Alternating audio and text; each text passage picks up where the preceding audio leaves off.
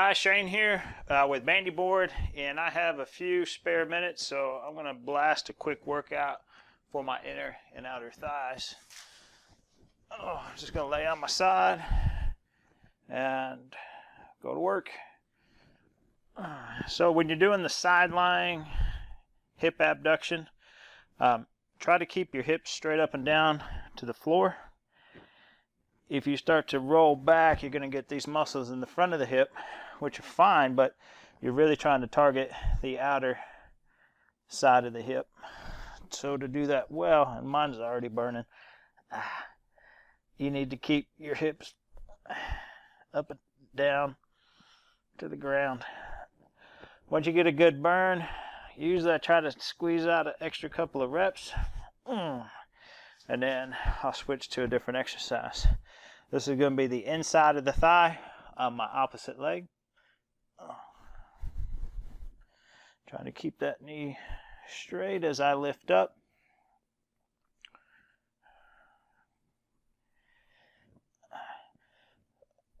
Many times when I'm working on the board, I'll just do it while I'm watching TV. We have one of those little couches with the peninsula on them, and this fits really well on it. Getting a good burn. Squeeze out a couple more. Good. Then I'm just going to switch sides. Sorry, you won't be able to see as much, but up we go. 2, 3, 4, 5, 6, 7, 8. Of course, my technique's the same. I'm trying to keep the hips perpendicular to the ground. Lifting that leg as high as I can. It's burning pretty good. Squeeze out a couple more. And I'm going to switch to the inside of the right leg, and that'll finish me out. Boom. Boom.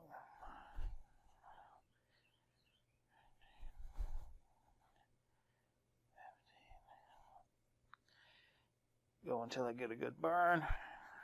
Not quite. There we go. Squeeze out a couple more. Boom.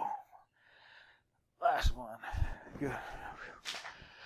All right, so that's the Bandy board. Just a quick inner and outer thigh workout. Remember the Bandy board, you got the knots in the bands, elastic bands. You got the slots on the board, so the slots hold the knots. If you want to adjust the tension, you can pull the band tighter, lock it in that slot, and then put the knot in a different slot.